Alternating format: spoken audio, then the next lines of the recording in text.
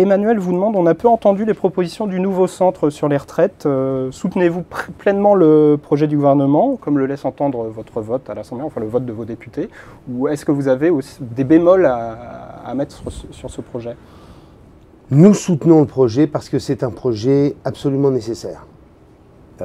Nous demandons, et les parlementaires centristes demandent à l'Assemblée nationale et demanderont au Sénat qu'on prenne en compte au maximum les questions de pénibilité dans le calcul de votre retraite et dans votre capacité à partir plus ou moins tôt, puisque nous ne sommes pas égaux en termes d'espérance de vie. Mais nous soutenons cette réforme. Et en même temps, nous disons que cette réforme, qui est une réforme d'urgence, en appellera d'autres. Et nous défendons l'idée d'une retraite universelle.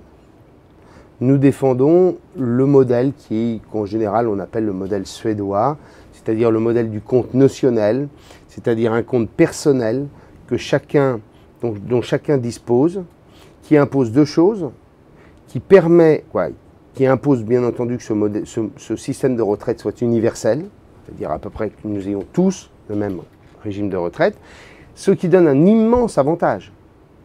C'est qu'au lieu d'avoir des bouts de retraite un peu partout, vous cotisez, cela est intégré dans un compte, et ce compte vous permet d'avoir à tout moment une situation de transparence et de construire votre retraite comme vous le souhaitez. C'est pas tout à fait le projet du gouvernement, cette retraite universelle. Cette retraite et ce compte notionnel, c'est une retraite, c'est un régime qui mérite au moins 10 ans de transformation. Et moi, j'espère bien que dans les propositions que nous ferons en 2012, eh bien que notre candidat porte l'idée d'un régime de retraite universel qui ressemble de près ou de loin, pour que vos auditeurs comprennent, à ce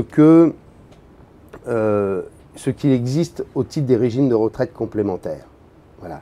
Mais chaque année, les Suédois reçoivent une lettre, qui est la lettre orange, et dans cette lettre, ils savent exactement où ils en sont. Ils ont une espèce de contrat entre la nation et chacun d'entre eux sur le nombre d'heures ou d'années de travail qu'ils doivent effectuer, et à eux de bâtir leur régime de retraite au rythme et avec éventuellement des périodes sabbatiques, éventuellement avec cette idée de continuer à travailler longtemps s'ils le souhaitent, de pouvoir partir à la retraite plus tôt, mais il y a une espèce d'engagement moral, de contrat entre chaque Suédois et la nation.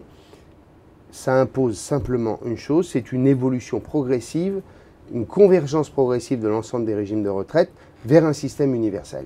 Et moi, je pense que c'est cela vers lequel nous devons aller à terme.